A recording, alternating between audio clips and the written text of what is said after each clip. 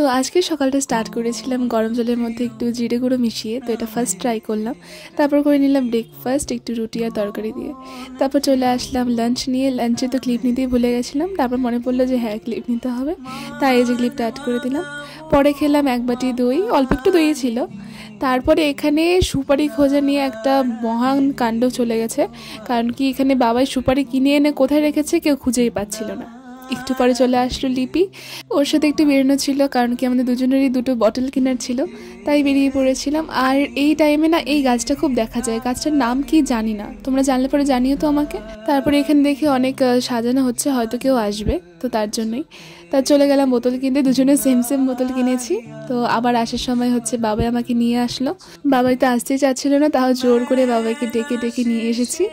বাড়িতে এসে আবার খেলাম একটু ছোলা, আর মা এদিকে একটু চানাচুর দিয়ে মুড়ি মেখেছিল। তো আজকের ব্লগটা না আমার কাছে একটু হোয়াটাই ডিনারটাই বেশি হয়ে গেছে। তো রাত্রের ডিনারটা আটা নুডলস দিয়ে শেষ করলাম। তো আজকের ব্লগটা এতটুকুই, টাটা।